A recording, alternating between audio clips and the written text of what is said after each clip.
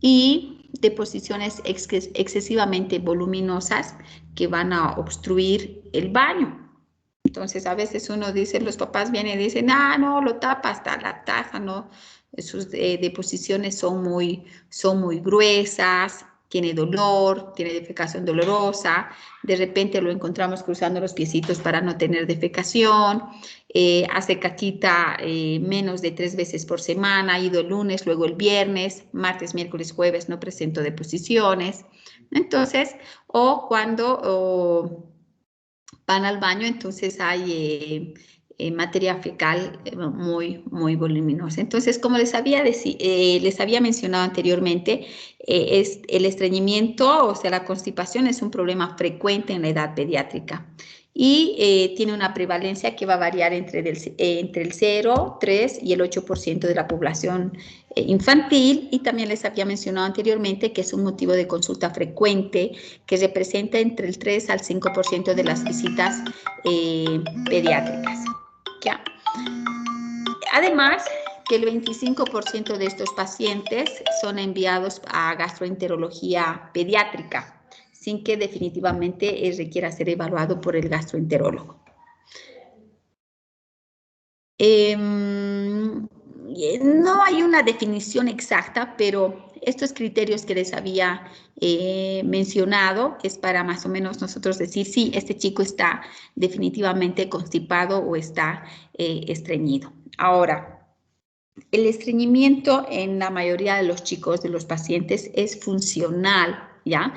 ¿Qué quiere decir? De que no hay un problema orgánico, no hay una causa orgánica para este estreñimiento. Por ejemplo, en un adulto que hacen constipación o un adulto que se ha estreñido, generalmente se debe a que tiene un megacolon o un megadolicocolon, pero en los chicos, ya, en la mayoría de los casos es un estreñimiento funcional. No existe una etiología orgánica.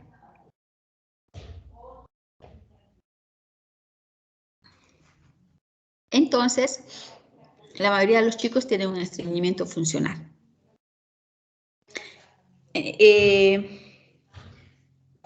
Para que nosotros entonces hablemos de un estreñimiento, ¿no? Vamos, ya les había mencionado que incluyen por lo menos 2 de los siguientes criterios que ya les he mencionado.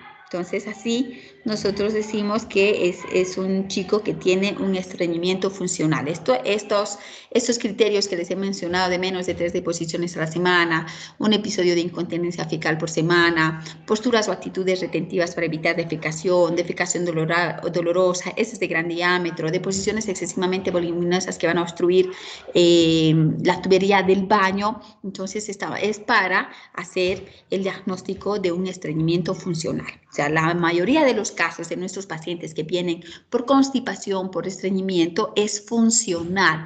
No es que se deba a que tengan alguna cosa orgánica. Es como que les había mencionado que en los adultos, por ejemplo, un dólico megacolon, ¿no es cierto? Entonces, así hacemos el diagnóstico. Hacemos el diagnóstico de estreñimiento funcional, ¿sí?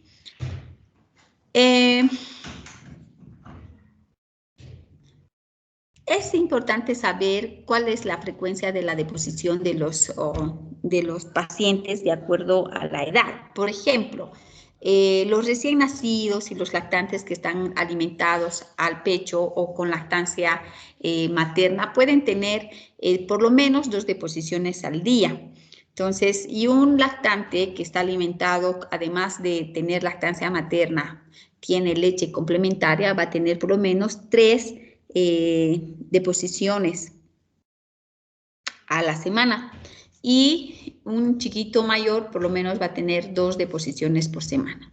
Lo ideal es que el chico vaya al baño todos los días. ¿Qué es la encopresis? La encopresis se define como un escape involuntario de heces en niños mayores de 4 años.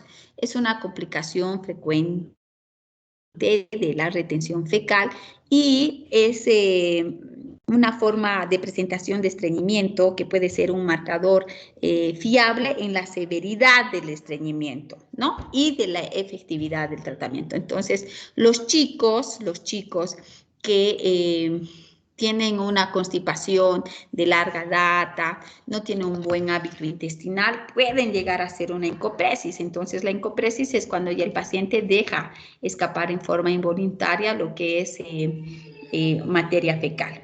¿Sí? Estos son los criterios de Roma, ¿ya? Que ya los mencioné, que son estos mismos en realidad, estos que anteriormente habíamos mencionado, ¿ya? Pero son los criterios de Roma, que es lo que les había dicho, para hacer diagnóstico de un estreñimiento o de una constipación funcional.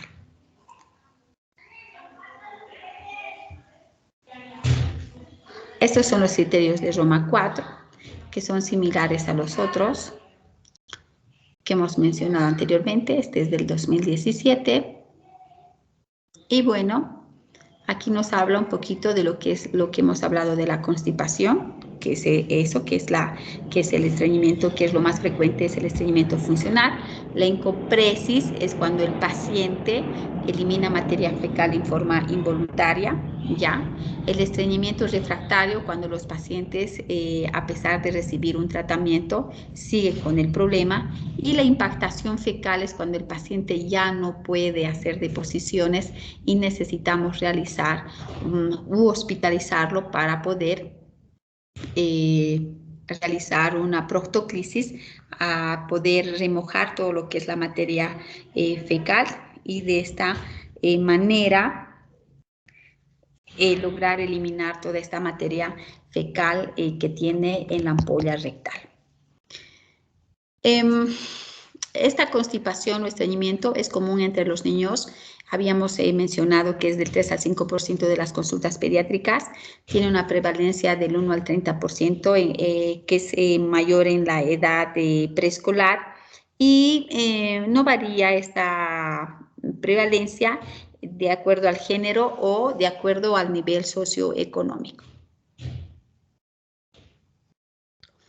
Bueno, es importante evaluar el volumen adecuado de la materia fecal, la funcionalidad, la motricidad del colon, del recto, del ano, el reflejo anorrectal que sea adecuado, que haya una participación voluntaria y que haya una normalidad anatómica anorrectal, ¿no? Entonces, eso es importante porque tenemos casos y casos de pacientes en los que pues tienen antecedentes de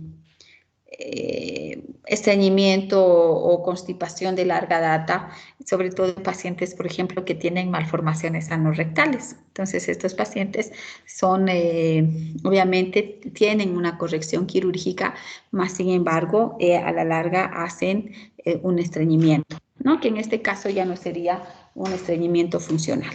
Entonces, hablando un poquito de lo que es la fisiopatología, es importante saber, tener conocimiento de la motilidad colónica, de los mecanismos de la defecación, de la continencia, que van a permitir, que nos permiten en realidad una mejor comprensión de esto de lo que es la constipación. Entonces, sabemos que el colon, la motilidad colónica, se encuentra bajo dependencia de una organización muy compleja, en la que el músculo liso es el efector terminal. Entonces, el sistema nervioso intrínseco está representado por los plexos mioentéricos y submucosos, y este sistema va a ejercer un efecto inhibidor permanente sobre la musculatura lisa. Entonces, ustedes saben que el intestino es un músculo liso, ¿sí?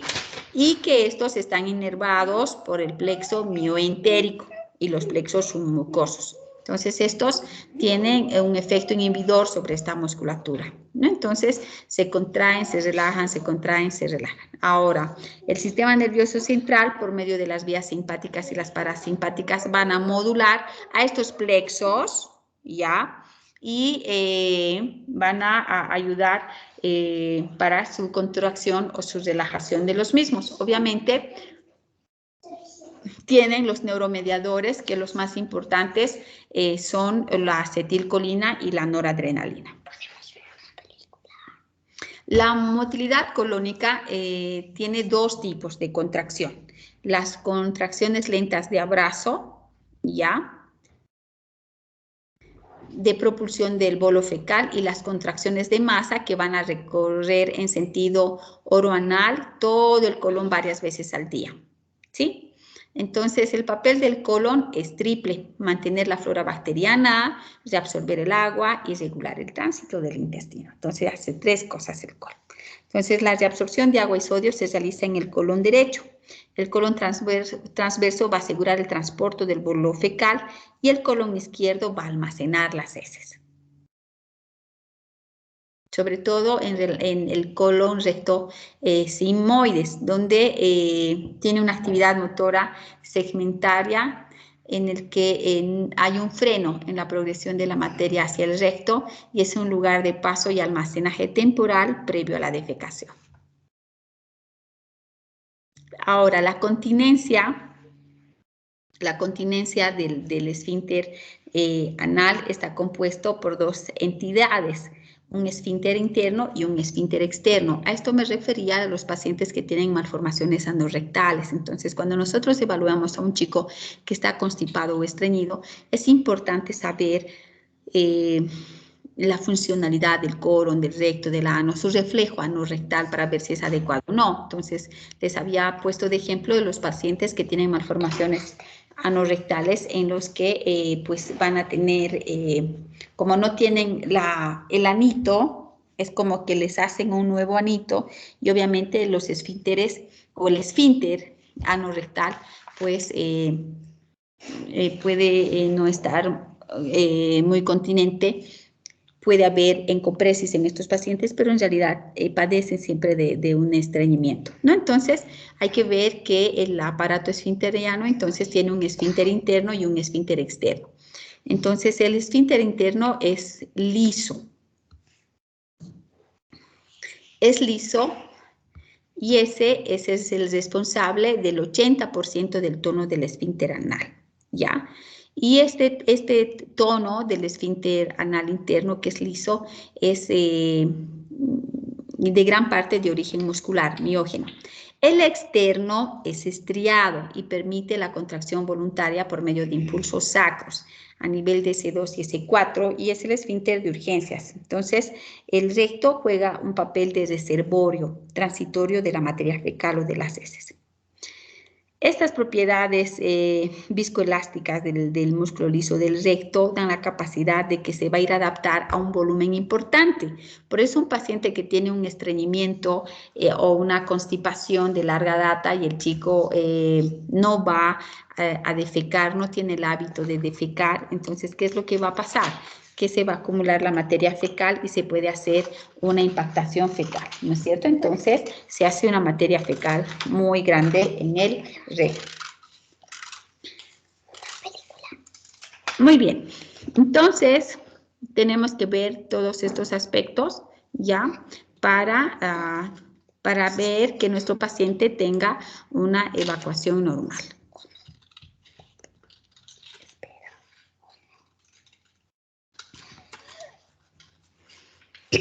Había mencionado anteriormente que es importante saber en relación a la edad del niño para saber, o sea, cuántas deposiciones tendría que tener o la frecuencia de la defecación. Un recién nacido, por ejemplo, tienen meconio en el 90% en las primeras 24 horas. O sea, de 100 recién nacidos, 90 van a hacer caquita las primeras 24 horas. Pero el resto de los 10% en las otras 36 horas, ¿sí? En la primera semana de vida tienen 4 deposiciones por día los neonatitos. En los 3 primeros meses pueden ser 3 veces por día o si reciben fórmula 2 veces por día. A los 2 años de edad hacen 2 deposiciones por día y a los 4 años una vez por día. Entonces, eso es importante saber, ¿no? Entonces, uno pregunta y les dice cuántas veces al día presenta deposiciones. Eso es importante.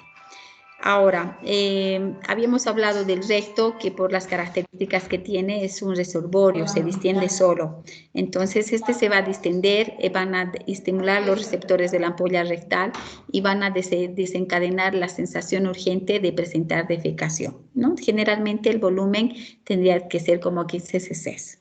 Entonces, Eso es un dato que se tiene para ver que el paciente tenga la urgencia de presentar la deposición.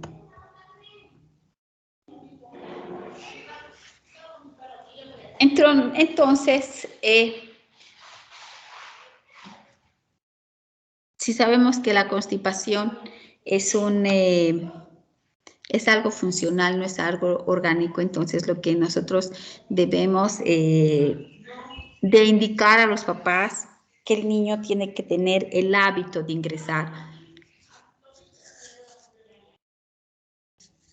al baño para presentar defecación, ¿no? Entonces, se ha visto que los pacientes que presentan constipación o que presentan estreñimiento, generalmente es cuando ya pasamos de los pacientes, por ejemplo, que reciben lactancia materna más leche de fórmula, llegan a los 6 meses y ya les cambiamos a los alimentos sólidos o leche de vaca, ¿sí? Entonces aquí ya cambia la frecuencia de las deposiciones. En este caso, el paciente podría tener estreñimiento o podría tener constipación. Después, cuando los estamos entrenando para que suelten el pañal, entonces les enseñamos a que controlen los esfínteres. Entonces, ¿qué es lo que se hace intentando de que se controlen esfínteres? El chico, por muchas veces, por no ser castigado y tal, entonces se aguanta. Y otro momento es al ingreso de la escuela, porque al ingreso de la escuela no está en casa y hay personas que son ajenas al pequeño, y entonces esa es la razón de por qué el niño se aguanta y no va al baño. Esas son las etapas en las que nuestros pacientes pediátricos pueden presentar estreñimiento o constipación.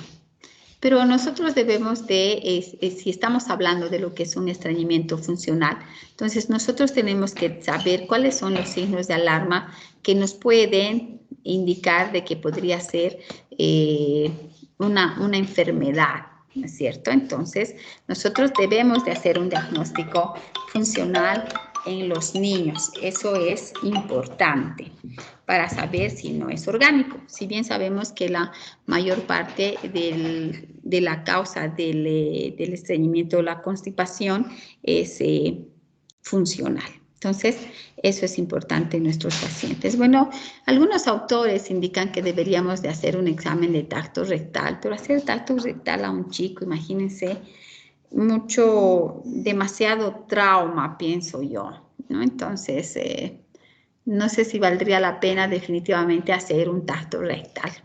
Entonces acá hay varios estudios, uno que es del de Beckman y colaboradores trataron de determinar si las variables clínicas podían identificar con precisión a los niños que padecían estreñimiento, ya que se había confirmado por medio de estudios radiológicos.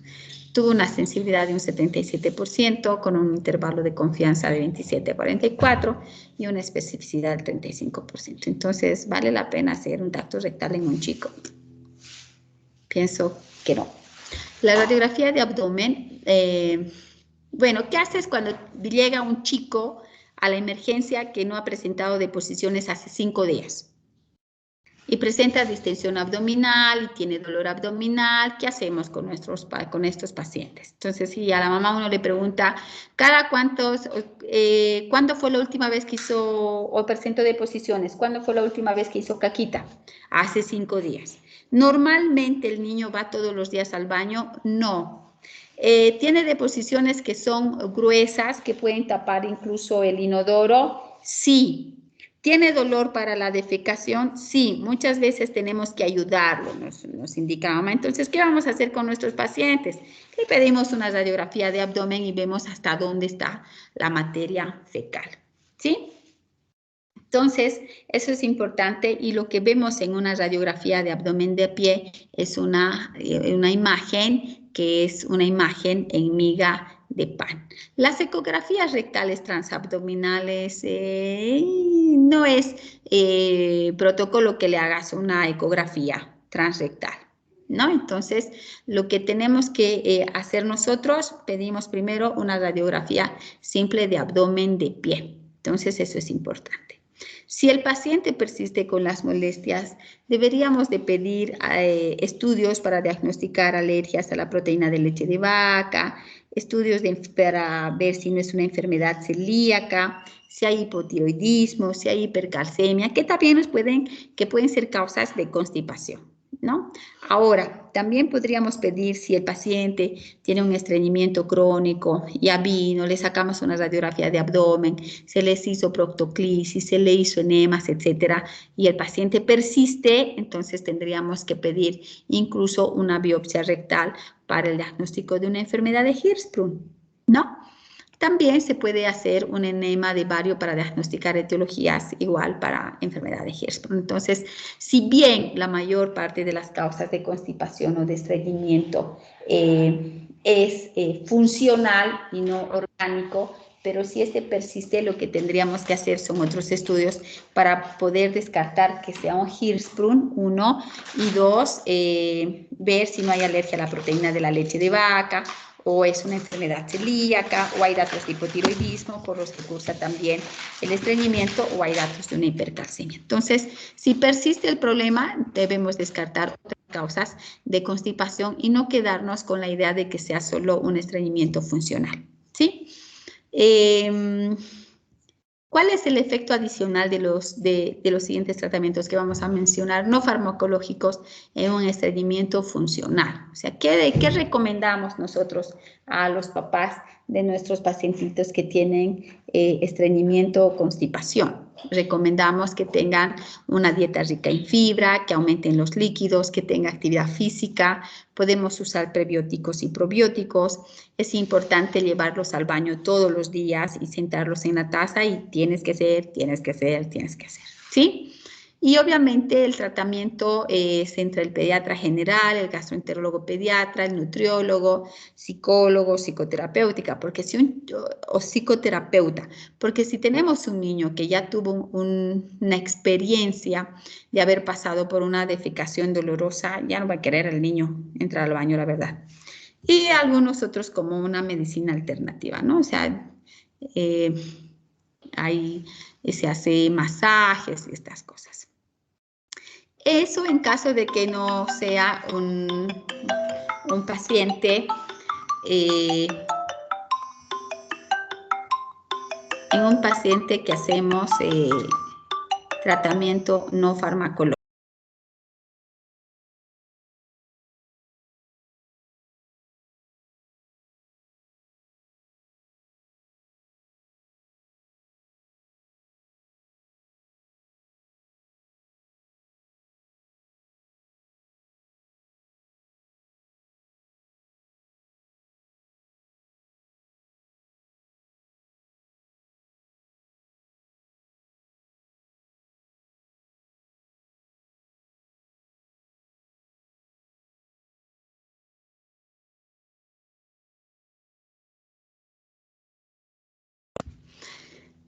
Entonces, una vez que hacemos recomendaciones de dietas y estas cosas, también podemos darles tratamiento ya con medicamentos. Podemos hacer una desimpactación cuando hay mucha materia fecal impactada en el recto, entonces usamos proctoclisis, ¿no es cierto? Pero también podemos usar algunos otros medicamentos, por ejemplo, el polietilenglicol, podemos usar lactulosa, podemos usar otros medicamentos como Laxuave, por ejemplo, que ayuda a que la materia fecal se remoje y el chico pueda eliminar heces blandas, ¿no? También se puede dar enemas fosfatados, también podríamos usar en nuestros pacientes. Entonces, podemos usar polietilenglicol, podemos usar lactulosa, leche de magnesia, aceites minerales. Esos son el tratamiento que podríamos usar en nuestros pacientes en los que estamos sospechando un estreñimiento funcional. Entonces, usamos lubricantes o ablandadores, que se va a alcanzar el efecto entre 1 y 3 días. Podemos usar aceites minerales, ya. También podríamos usar medicamentos osmóticos como el hidróxido de magnesio. Esto tiene un efecto entre 1 y 3 horas. Entonces, usamos estos medicamentos que ya les he mencionado y los que tenemos en nuestro medio es la lactulosa y el sorbitol. Tenemos esos medicamentos que nos van a ayudar a que la materia fecal no esté dura, sino más bien se reblandezca y así el niño pueda eliminar la materia fecal. ¿Ya? ¿Cuál es la eficacia y seguridad de las nuevas terapias en los niños con un estreñimiento refractario? ¿No? Entonces, bueno, en algunos pacientes se puede usar algunos otros medicamentos, por ejemplo, prucaloprida, linaclotida, lubiprostona también, ¿no? O enemas anterógrados. También se puede hacer estimulaciones nerviosas percutáneas, pero en todo caso, los pacientes van bien usando la lactulosa, los enemas, proctoclisis. El tratamiento obviamente no es que les damos lactulosa una semana y ya está. Entonces los pacientes tienen que recibir tratamiento por lo menos por el lapso de un mes, ¿ya? Entonces, a veces más de un mes, hasta 6 meses, los papás empiezan a usar lactulosa o algún medicamento que va a ayudar a reblandecer la materia fecal, presenta la deposición y los papás lo cortan, cuando en realidad tienen que usar por mucho tiempo, ¿sí? ¿Cuál es el pronóstico de los chicos que tienen estreñimiento funcional? Entonces, el 50% se recupera, tiene 3 o más evacuaciones por semana y no tienen incontinencia fecal, ¿sí? Y pueden estar sin laxantes después de 6 a 12 meses de tratamiento. O sea, no, el tratamiento no es corto, el tratamiento es largo. Un 10% van a estar bien mientras estén con laxantes, ¿sí? Luego cortan los laxantes y se vuelven a estreñir. Y el 40%, pese a usar el empleo de los laxantes, igual va a estar constipado, ¿sí? Entonces, es importante hacer un manejo de estos pacientes, tanto que el manejo es multidisciplinario, necesitan hasta el psicólogo, porque si tienen defecaciones dolorosas, inconscientemente los chicos no quieren ir al baño, no presentan defecación. Entonces, no se olviden que el estreñimiento, la constipación, en la mayoría de los casos es funcional, depende mucho de cómo está funcionando ese colon. Ya les dije que hace 3 cosas el colon: absorbe agua, sodio, ayuda mucho con propulsionar el bolo fecal hacia el ano y luego ser un reservorio, un reservorio de materia fecal temporal, ¿no? Entonces también depende mucho del esfínter anal, del tono del esfínter anal. Como ejemplo habíamos puesto los chicos que tienen malformaciones anorrectales, ¿no es cierto? Entonces es importante conversar con los papás que el tratamiento tiene que ser casi 6 a 12 meses, no cortar el laxante, y obviamente el hábito de presentar las defecaciones es muy, muy importante. Eso en relación a lo que es estreñimiento o constipación. Ahora, si el paciente persiste con las molestias, obviamente hay que descartar causas orgánicas, y entre estas la principal causa orgánica que debemos descartar es la enfermedad de Hirschsprung. Y hay otras causas como el hipotiroidismo, la hipercalcemia, que pueden llevar a que el paciente también tenga constipación o estreñimiento. Muy bien, eso en relación a lo que el día de hoy está programado. Además, el tema de reflujo gastroesofágico, que lo vamos a ver ahora, que es corto, no es largo. Si tienen alguna pregunta sobre constipación o estreñimiento,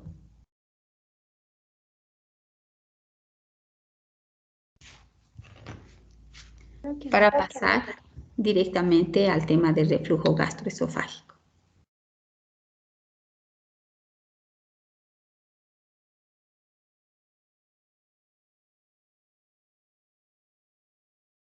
Muy bien, hablemos entonces del reflujo gastroesofágico. ¿Qué es un reflujo? Ese flujo es un movimiento retrógrado sin esfuerzo del contenido gástrico hacia el esófago o la orofaringe. Ese es un reflujo gastroesofágico. ¿Qué factores van a favorecer el reflujo gastroesofágico? Favorecen una dieta líquida, una posición corporal horizontal, un esófago corto y estrecho, un estómago pequeño que se distiende, tomas frecuentes con un volumen relativamente grande y la inmadurez del esfínter esofágico inferior. Cuando un paciente pediátrico tiene reflujo gastroesofágico, tiene las siguientes complicaciones. Una, que tiene retraso del crecimiento. Dos, que tiene dolor o dificultad de la respiración. Porque cuando hay reflujo gastroesofágico hay pequeñas aspiraciones o microaspiraciones hacia el pulmón. Por lo tanto, son chicos que pueden tener neumonías a repetición.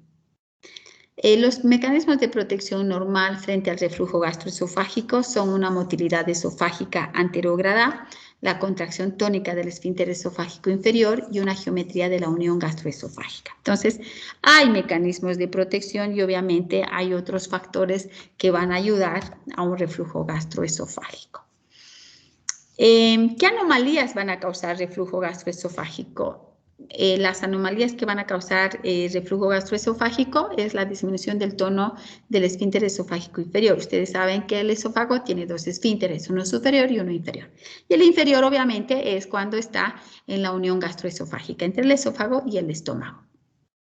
Relajaciones transitorias del esfínter esofágico inferior, las esofagitis, la inflamación del esófago deteriora la motilidad del esófago y entonces hay una motilidad que va del estómago hacia el esófago y del esófago a la orofaringe, ¿no? Entonces hay un movimiento retrógrado.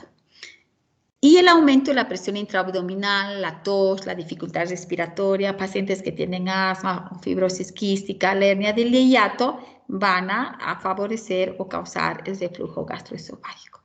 Las manifestaciones clínicas son dolor retroesternal, o sea, generalmente los pacientes más grandes dicen que tienen como un ardor, vinagrera, que es la pirosis, tos, dolor abdominal en el epigastrio, tienen disfagia, puede haber neumonías a repetición con sibilancias por aspiración, puede haber voz ronca. Son chicos que no van a aumentar de peso ni tener buena talla, tienen problemas en el oído que son recurrentes o sinusitis. En los casos graves de reflujo puede llegarse a una esofagitis, los pacientes pueden tener anemia y hay datos de hipoalbuminemia secundarios a una hemorragia o a una inflamación del esófago. Cuando nosotros sospechamos de un paciente que tiene un probable reflujo gastroesofágico, necesitamos confirmar nuestro diagnóstico.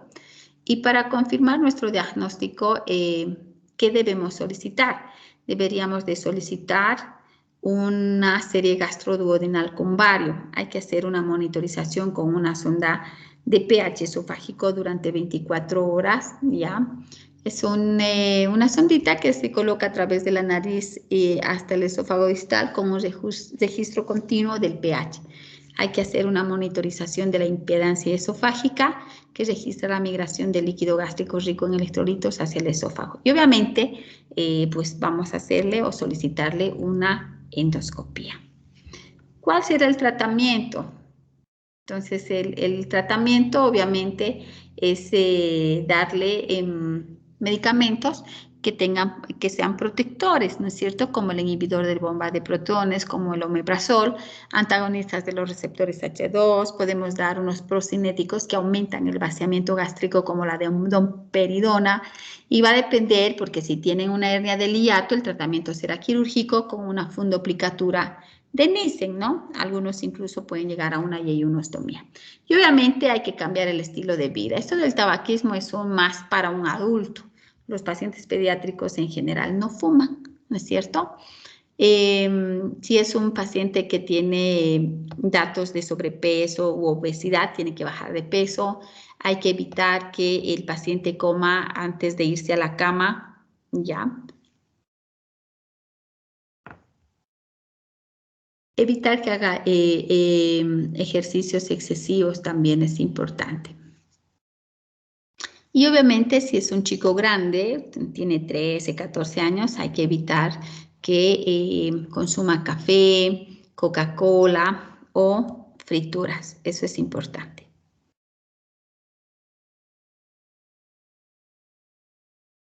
Entonces, el reflujo gastroesofágico, nosotros en los pacientes pediátricos se ve en los neonatos sobre todo el reflujo gastroesofágico, pero no es tanto que el paciente tenga un problema de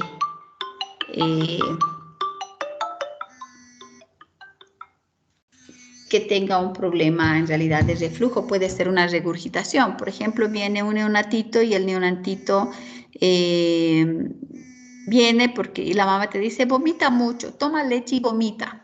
Entonces, ¿cómo es el vómito? Entonces, uno tiene que pensar cómo es el vómito. Es decir, la mamá dice, es como leche cortada. Probablemente sea una regurgitación y no un reflujo. Y hay que usar también las medidas antirreflujo. Decir que el bebé esté con la cabecera en 45 grados o semisentado.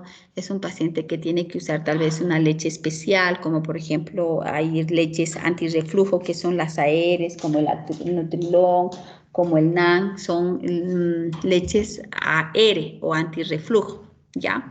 Entonces es importante usar estas leches y también usar procinéticos, ¿no? Entonces, cuando nosotros sospechamos de reflujos gastroesofágicos, un paciente que tiene reflujo gastroesofágico no va a aumentar de peso como debería. Ahora, hay papás, por ejemplo, que les dan demasiada leche, mucha cantidad de leche, y obviamente les llenan de leche a los niños y al llenarlos de leche es que los chicos vomitan, vomitan, vomitan.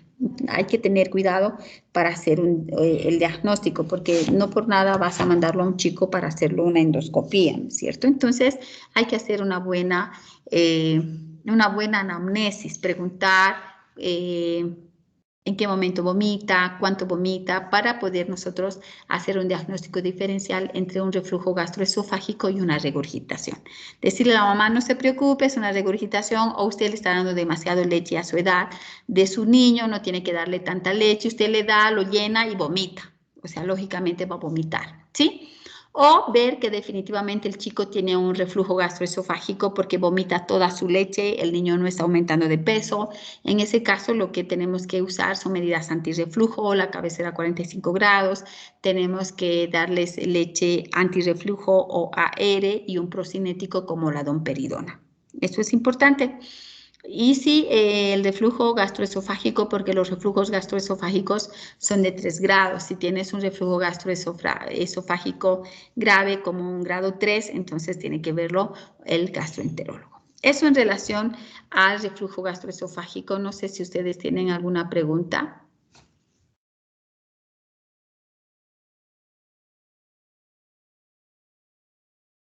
No, doctora.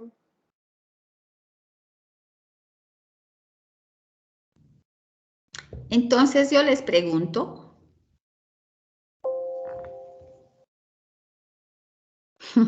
les voy a preguntar en el examen. ¿Qué examen tienen? ¿Están en época de exámenes, chicos? ¿Qué exámenes tienen? Medicina legal, pero viernes. Wow. Estudien entonces. El próximo martes es feriado. Sí, ¿verdad? Es cumpleaños de Cochabamba, creo, ¿no? El cumpleaños de Cochabamba. Entonces no va a haber clases. Los veo el subsiguiente martes.